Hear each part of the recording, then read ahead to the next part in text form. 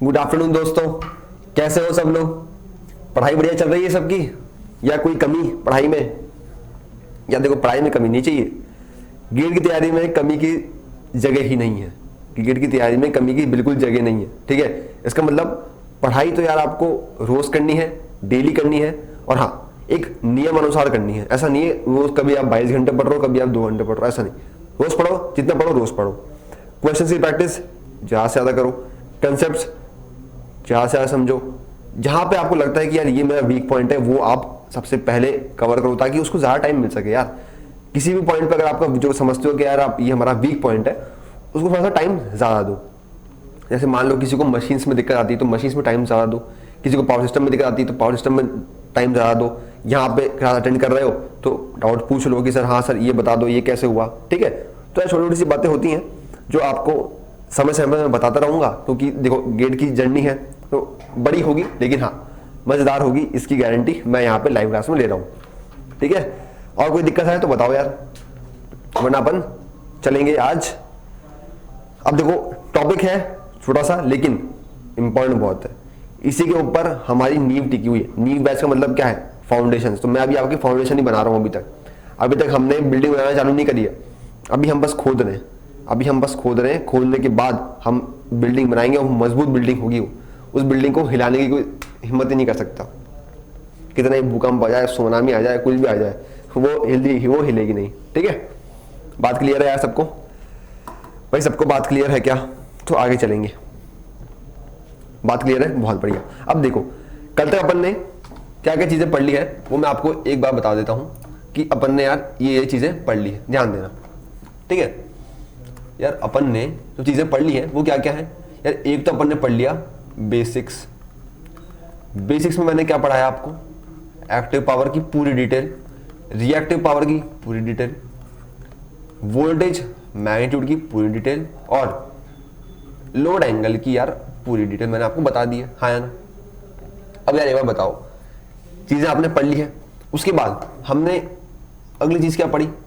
आप बोलोगे सर हमने पढ़ा था 3 फेज सर्किट्स। कल की क्लास में ये चीज पढ़ी थी अपने, 3 phase circuits, star delta connections देखे थे। स्टार में फटाफट से मैं रिवाइज करवा रहा हूं, देखो VL बराबर √3 V फेज, IL बराबर I फेज। डेल्टा में क्या होता था? डेल्टा में क्या होता था भाई, आपके पास न्यूट्रल पॉइंट नहीं है। अगर न्यूट्रल पॉइंट नहीं है तो हमारा जो लाइन वोल्टेज है और जो फेज वोल्टेज है भाई वो सेम हो गया, लेकिन करंट का बंटवारा अब हो गया। किस तरह से? IL बराबर √3 I फेज में। कल देखा था हमने, डिटेल में हमने कल देखा था, हाँ या ना? हाँ कि ना? पक्का? बहुत अच्छी बात है। हाँ, और हमने क्या चीज पढ़ी थी? और हाँ एक चीज और, अच्छा चलो ये तो टॉपिक आ गया। एक चीज जो मेरे को बतानी थी वो क्या थी? हमने जो बेसिक्स में पढ़ा था एक्टिव पावर। एक्टिव पावर में हमने क्या देखा भाई? पावर होती है हमारी VI cos phi। ये I cos phi क्या था? जल्दी जल्दी से रिवाइज करवा रहा हूं मैं। I cos phi क्या था? आपका एक्टिव कंपोनेंट ऑफ करंट। क्योंकि मुझे पता है आधे से ज़्यादा लोग तो एकदम सुस्ती में आ जाते हैं क्लास में कि अरे सर कर लेंगे। अरे बेटा कर नहीं देंगे, करना पड़ेगा। कब करोगे बताओ? VI sin phi। I sin phi क्या है बेटा? I sin phi हमारे पास रिएक्टिव कंपोनेंट, या फिर इसको जो दूसरा नाम था वो ज़्यादा बेटर रहेगा इसके लिए। क्या नाम था? Magnetizing component of current. हाँ भाई बात क्लियर है। उसके बाद वोल्टेज मैग्नीट्यूड हमने देख लिया, हाँ या ना? लोड एंगल हमने देख लिया, हाँ या ना? बिल्कुल सही। अब देखो उसके बाद एक चीज और हमने देखी थी, basic power flow. Basic power flow conditions, है ना यार? अपन ने ये सब चीजें देखी थी। अब बेसिक पावर फ्लो कंडीशंस में क्या क्या था? आप बोलोगे सर इसमें आपने लिखा था काफी इंपॉर्टेंट पॉइंट। भाई इंपॉर्टेंट पॉइंट क्या था ये भी बता दो। भाई इतनी मेहरबानी और कर दो यार, इतनी मेहरबानी और कर दो कि आप मेरे को इंपॉर्टेंट पॉइंट भी बता दो। हाँ भाई, P किस पे डिपेंड कर रहा है? आपके लोड एंगल पे। Q किस पे डिपेंड कर रहा है? रिएक्टिव पावर आपके वोल्टेज मैग्नीट्यूड के डिफरेंस पे, वोल्टेज मैग्नीट्यूड के डिफरेंस पे। Sending end voltage, receiving end voltage, आपस में कितना डिफरेंस है, वही किसके प्रोपोर्शनल है? हमारे रिएक्टिव पावर के। यार ये सब बातें हमने पिछले 3 लेक्चर में हमने कर ली। आज हमारा 4th लेक्चर है। आज लेक्चर कौन सा है भैया? आज हमारा 4th लेक्चर है, ठीक है। तो ये सब बातें हम कर चुके हैं, ये सब बातें आपको पता होनी चाहिए। ये नहीं पता है तो आपका पावर सिस्टम पढ़ना व्यर्थ है, बिल्कुल टोटली वेस्ट ऑफ टाइम है भाई, totally waste of time, waste of internet also, waste of internet also. आपको सोचो भाई हम तो चल रहे हैं 15-20वें लेक्चर के बाद, तो ये मतलब नहीं भाई, मत आओ। आओ तो शुरुआत से आओ, शुरू से पढ़ते हुए आओ, लिंक मिलेगा, लिंक चलेगा तो आपका टॉपिक मजबूत होगा यार, आपका टॉपिक मजबूत होगा, ठीक है। चलिए आगे, कोई दिक्कत है क्या? कोई दिक्कत है तो बता दो भाई, वरना अपन टॉपिक स्टार्ट करेंगे representation of power system. Ready भाई? बता दो यार, कोई दिक्कत है तो बताओ कि सर ये चीज समझ में नहीं आई। मैं आपको 15 से 20 सेकंड देता हूं, बता दो कि सर ये चीज समझा दो वापस, या ये चीज समझ में नहीं आई है। अगर गुड टू गो है थम्स अप कर दो, हम अपन आगे चलेंगे, ठीक है। और जब तक ये देखो भाई, जो आपकी डायग्राम मैंने लगाया है, क्या पहचान पा रहे हो इससे? बताओ, बोलो बोलो, क्या पहचान पा रहे हो इससे? बताओ यार, कुछ तो बोलो।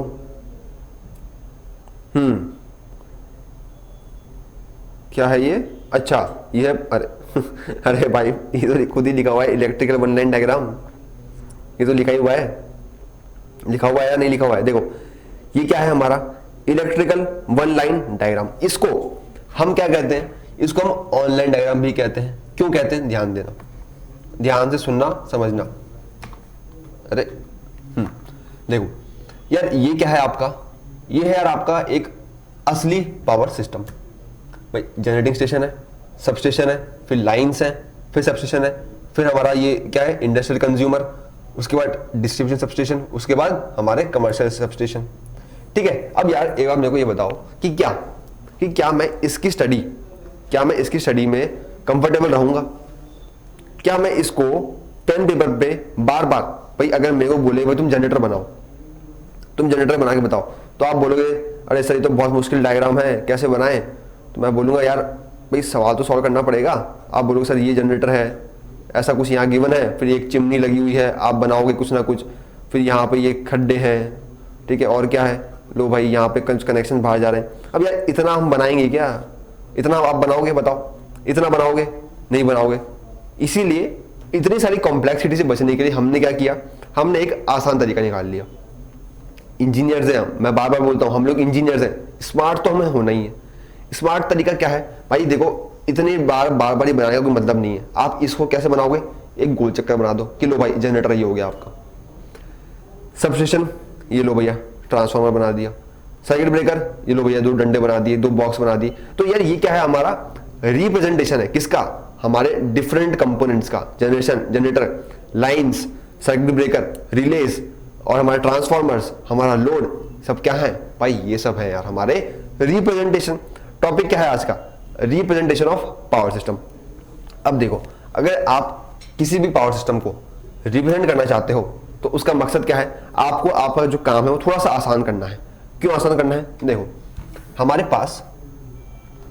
पास अगर कोई पावर सिस्टम है तो उसमें जो मोटे मोटे जो खास इंपॉर्टेंट चीजें हैं वो क्या क्या है? आप बोलो सर एक तो ट्रांसफार्मर है, बहुत बढ़िया। आप बोलो सर एक तो जनरेटर है, बहुत बढ़िया। आप बोलो सर एक तो ट्रांसमिशन लाइन्स है, एक है हमारे सर्किट ब्रेकर और रिलेज, ठीक है। और यार एक आप बोलोगे सर एक हमारे पास लोड्स भी जरूरी है, और क्या जरूरत होगी? चलो ठीक, अपन ये 5 बातों को लेते हैं। इन 5 चीजों को अगर आपको एक डायग्राम, सिंगल लाइन डायग्राम में बनाना है तो अब आप कैसे बनाओगे? कोई आइडिया किसी को कि हाँ सर हम ऐसे बना लेंगे? अब देखो, अगर आपके पास ये 5 चीजें हैं तो आपको इनके इलेक्ट्रिकल इक्विवेलेंट मालूम होने चाहिए। क्या मालूम होने चाहिए? Electrical equivalent. अब वो क्या होते हैं? कैसे मालूम चलेंगे भाई? वही तो हमारा आज का काम है, वही है हमारा काम। हमें क्या करना है? हमें ये जो डिजाइन्स हैं उसको हमें किससे बदलना है, हमारे इलेक्ट्रिकल इक्विवेलेंट में। अब बताओ मेरे को, जब से आपने इलेक्ट्रिकल इंजीनियरिंग पढ़ने स्टार्ट करी है, तो आप हमेशा रेजिस्टेंस, इंडक्टेंस, कैपेसिटेंस, इन तीनों में ही आप कंफर्टेबल हो, है ना। तो अगर मैं आपसे कहूं कि आप इस ट्रांसफार्मर को भी आप इंपीडेंस में ले आओ, जनरेटर को भी इंपीडेंस में ले आओ, तो क्या आप मना करोगे? आप बोलोगे सर ये तो बहुत ही अच्छी बात है, इसमें तो आपने हमारा काम और ही आसान कर दिया। तो मैं वही तो कह रहा हूं भाई, आपका काम आसान करना ही यही मकसद है। अब वो काम आसान कैसे होगा?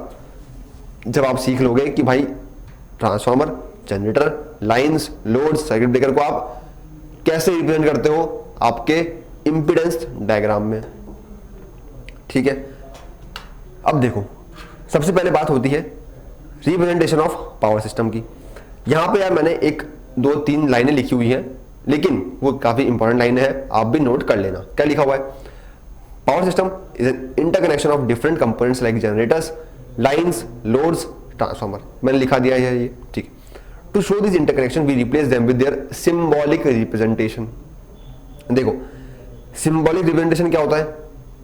जो हमने यहां पे अभी थोड़ी देर पहले देखा, भाई ये है हमारा सिंबॉलिक रिप्रेजेंटेशन, ठीक है। तो इसी की बात वो कर रहा है, this symbolic representation is called as single line diagram, online diagram, जैसे आपकी मर्जी है आप वो बोल सकते हो। अब देखो, हमारे पास जो जनरल डायग्राम होता है, सिंगल लाइन डायग्राम, वो कैसा होता है? ध्यान देना, मैं यहां पे आपको एक सिंगल लाइन डायग्राम बना के बताने वाला हूं।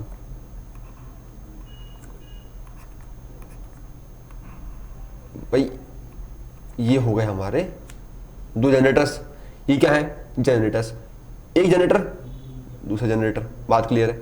उसके बाद भाई देखो, जनरेटर से पावर आपको आगे ले जानी है, किसके थ्रू ले जाओगे? आप बोलो सर मैं तो ले जाऊंगा ट्रांसमिशन लाइंस के थ्रू। भाई ट्रांसमिशन लाइंस में भी आपको प्रोटेक्शन देना पड़ेगा। क्या लगाओगे? Circuit breaker. उसके बाद यार आप लगाओगे ट्रांसफार्मर, ठीक है। अब ट्रांसफार्मर को भी आपको प्रोटेक्शन देना पड़ेगा, तो दोनों साइड में अपन ने क्या लगा दिया? प्रोटेक्टिंग इक्विपमेंट हमने लगा दिया। उसके बाद यार हमारी आई ट्रांसमिशन लाइन, यहां से यहां तक मान लो कि भाई ये हो गई आपकी ट्रांसमिशन लाइन। उसके बाद देखो, अगर आपने यहां पर ट्रांसफार्मर लगाया है, क्यों लगाया है? भाई मान लो आपका ये स्टेप अप ट्रांसफार्मर है, तो उस हाई वोल्टेज को आपको कम भी करना पड़ेगा या नहीं करना पड़ेगा? उस हाई वोल्टेज को आपको कम करना पड़ेगा। अब देखो, अगर आपको वो हाई वोल्टेज कम करना है तो आप क्या करोगे? आप लगाओगे एक और ट्रांसफार्मर। अगर आप ट्रांसफार्मर लगाओगे तो आपको लो भाई फिर से सर्किट ब्रेकर लगाना पड़ेगा। और ये ट्रांसफार्मर कैसा है? अब यार ये है हमारा step down transformer.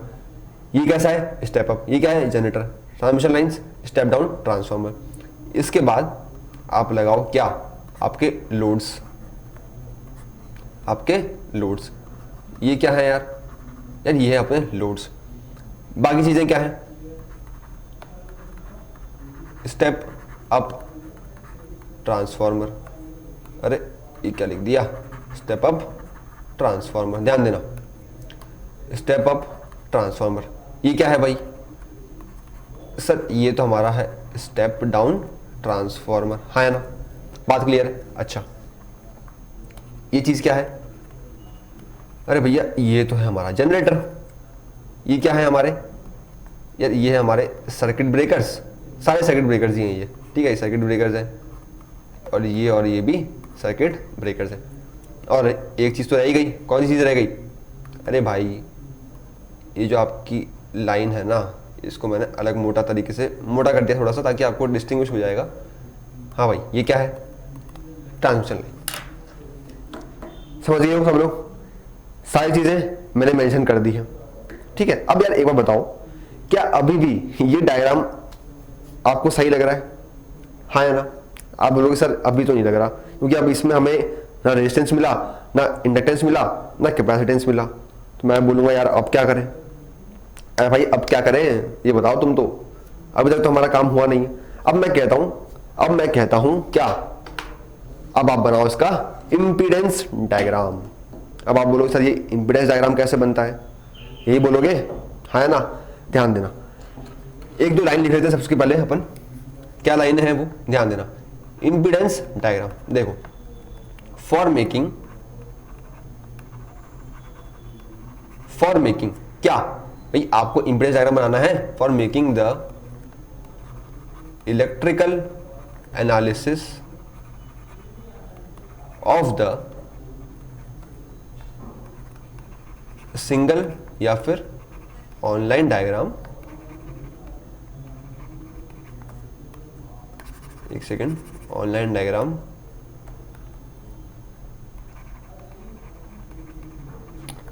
We need to convert the equipments like transformer, generator, lines, etc. to their impedance form.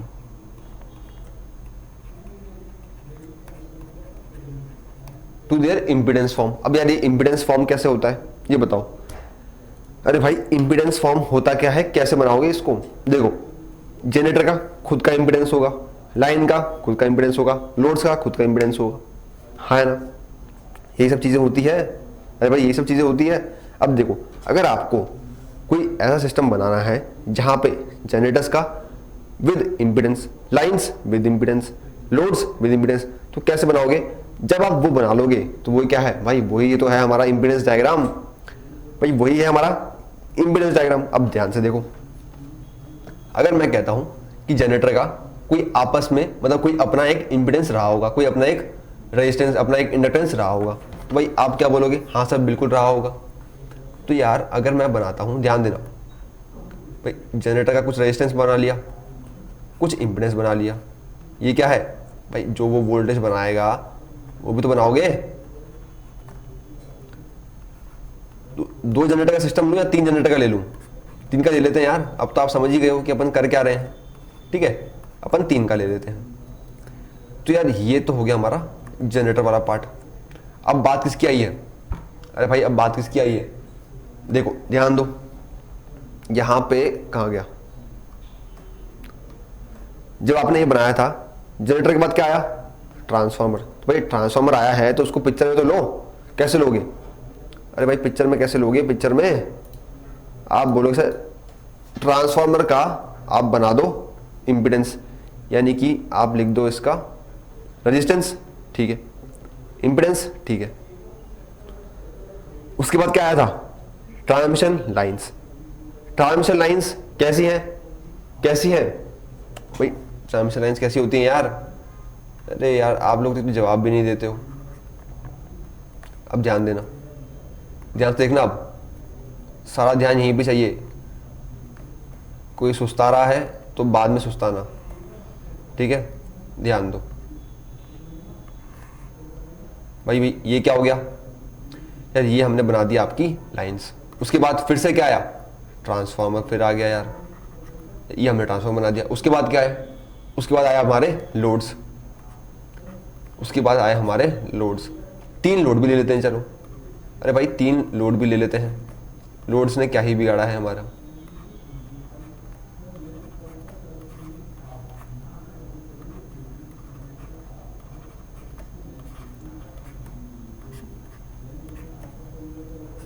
यार मैंने ये तीन लोड्स भी लगा दिए।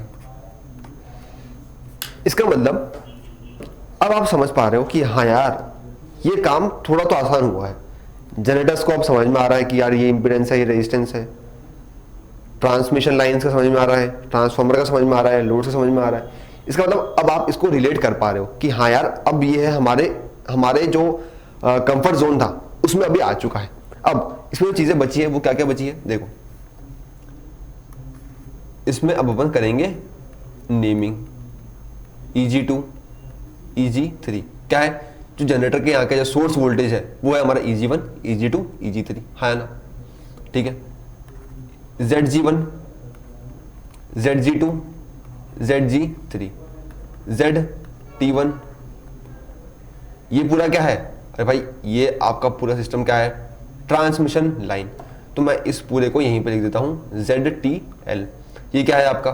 फिर से ZT2, ये था हमारा स्टेप अप ट्रांसफार्मर, ये है हमारा स्टेप डाउन ट्रांसफार्मर, है ना? लोड वोल्टेज कैसे लिखते हो? सीधे सीधे लिख दो। लो भाई V1 V2 V3 Z1 Z2 Z3, हाँ या ना, हाँ कि ना, V1 V2 V3 Z1 Z2 Z3। अब यार देखो, जब हम ये एक इम्पीडेंस डायग्राम जब आप बना लेते हो, इसका मतलब अब आप कंफर्टेबल हो गए हो कि हाँ सर अब हम इसको सॉल्व कर सकते हैं।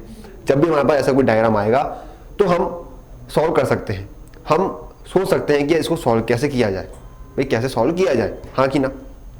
अब देखो थोड़ा सा काम और आसान करते हैं। कैसे काम आसान होगा? अब देखो, इफ ये बात मैंने आपको शायद परसों यानी कि लेक्चर नंबर 2 में ही बताई थी। अब देखो जो सीधे सीधे उठ के आ गए हैं उनको मालूम चलेगा नहीं, लेकिन जो पढ़ के आए हैं उन्हें मालूम चलेगा। In large power systems we can neglect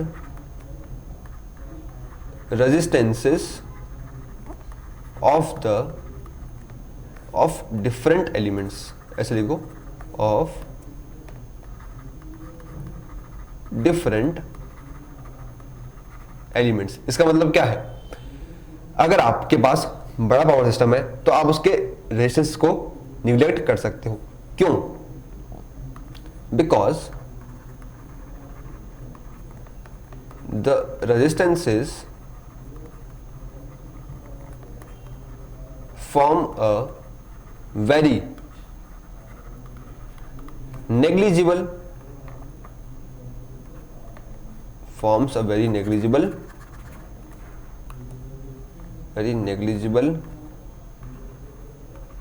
amount of resistance as compared to inductance.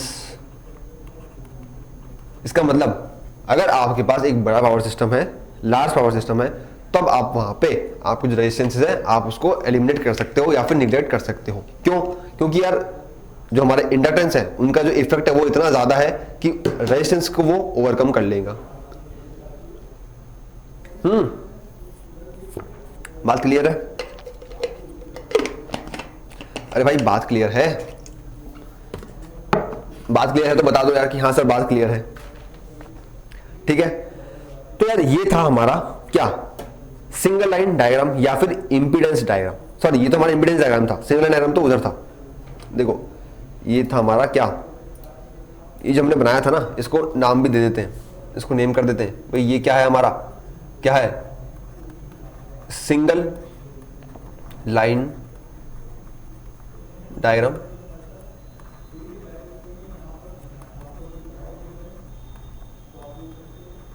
Single line diagram या फिर ऑनलाइन डायग्राम। बात क्लियर है यार यहां तक? अरे भाई बात सबको क्लियर है? सबको बात क्लियर है? ठीक है, इसका मतलब जो आप पावर सिस्टम को रिप्रेजेंट करोगे किसके फॉर्म में करोगे, किसके फॉर्म में करोगे भाई, किसके फॉर्म में करोगे? आप बोलोगे सर हम करेंगे इंपीडेंस के फॉर्म में, रेजिस्टेंस के फॉर्म में। लेकिन अगर पावर सिस्टम बड़ा है तो रेजिस्टेंसेस को आप आराम से निग्लेक्ट कर सकते हो। ये हमने परसों जो लेक्चर नंबर 2 पढ़ा था उसमें जब हमने डेरिवेशंस करे थे, अगर आपको याद आ रहा है, तो हमने वहां भी रेजिस्टेंस को निग्लेक्ट किया था, रेजिस्टेंस को हमने निग्लेक्ट किया था, हाँ या ना? बात समझ में आ गई है सबको? क्लियर है यार यहां तक बात? ठीक है, तो रिप्रेजेंटेशन का एक पॉइंट तो हो गया ये। दूसरा और काफी इंपॉर्टेंट पॉइंट वो क्या है, वो क्या होता है, वो है हमारा per unit impedance, per unit diagram, per unit system. तो जब हम पर यूनिट को समझ लेंगे तब हम ऑफिशियल वे में हम तैयार हो जाएंगे कि हाँ भाई अब आज से हम जा सकते हैं पावर सिस्टम में। समझ रहे हो बात को? बात तो समझ रहे हो? ठीक है, तो ये एक टॉपिक था, मैंने आपको बोला था कि छोटा सा टॉपिक है, लेकिन हाँ इंपॉर्टेंट है। आपको मालूम होना चाहिए कि जब आप जनरेटर का इंपीडेंस लोगे तो कैसे लोगे, लाइंस का लोगे तो कैसे लोगे। ये क्या है, ये तो हमने मार्क किया ही नहीं, ये क्या था, ये था आपका YC, ये था आपका YC यानी कि लाइन चार्जिंग एडमिटेंस। ठीक है, जब अपन ट्रांसमिशन लाइंस को डिटेल में पढ़ेंगे तो आपको मालूम चलेगा कि लाइन चार्जिंग एडमिटेंस होता क्या है। लाइन चार्जिंग एडमिटेंस, और ये मॉडल कौन सा है, ये हमारा पाई मॉडल है। ठीक है, तो लाइंस में अपन पाई मॉडल देखेंगे, टी मॉडल देखेंगे, तो वो अपन लाइंस में चर्चा करेंगे। लेकिन अभी हमारी जो मेन बात है वो क्या है, आपका इंपीडेंस डायग्राम इम्पीडेंस डायग्राम हमने बनाया कैसे, हमने सारे इम्पीडेंस लिए जनरेटर के, लाइंस के, ट्रांसफॉर्मर्स के और लोड्स के। बात क्लियर है? सबको बात क्लियर है यार यहाँ तक? ठीक है, तो ये था आपका रिप्रेजेंटेशन ऑफ पावर सिस्टम। ठीक है, अब एक जो हल्का सा छोटा सा पॉइंट बचा है उसके साथ हम न्यूमेरिकल्स भी करेंगे कल की क्लास में। इसका मतलब एक होगा पर यूनिट सिस्टम का टॉपिक, उसके बाद होंगे उस पर न्यूमेरिकल्स, क्योंकि पर यूनिट पे अगर आप न्यूमेरिकल्स सीख गए तो आपका अभी तक 25% काम हो जाएगा। ठीक है, बचा कितना है? 75%। उसके बाद हम पावर सिस्टम में ऑफिशियल वे में एकदम खुले में माहौल में एंट्री करेंगे। ठीक है, तो यहां तक बात क्लियर है यार सबको? ठीक है, तो ये डायग्राम काफी इंपॉर्टेंट है, ध्यान रखना इसको। ठीक है, चलो मिलते हैं आपसे अगली क्लास में, वहां पे अपन करेंगे पर यूनिट सिस्टम और एक काफी अच्छे क्वेश्चंस पर यूनिट के ही होंगे, लेकिन क्वेश्चंस बहुत ही बेहतरीन लेवल के होंगे। वो आपको सोचने मजबूर कर देंगे कि यार हमने जो भी अभी तक पढ़ा है वो सारा निचोड़ वहां पे उन क्वेश्चंस में होगा। ठीक है, तो रेडी रहना अगली क्लास के लिए। तब तक सारी क्लासेस को रिवाइज करो और लेक्चर नंबर 2 नहीं भूलोगे यार। लेक्चर नंबर 2 दिमाग में बिठा लो, 10 बार सुनो, 50 बार सुनो, मेरे को मतलब नहीं है, लेकिन सुनो और उसको दिमाग में बिठाओ। ठीक है, तो मिलते हैं आपसे फिर से शाम को 5 बजे अगली क्लास में। तब तक keep revising and keep it up. Thank you.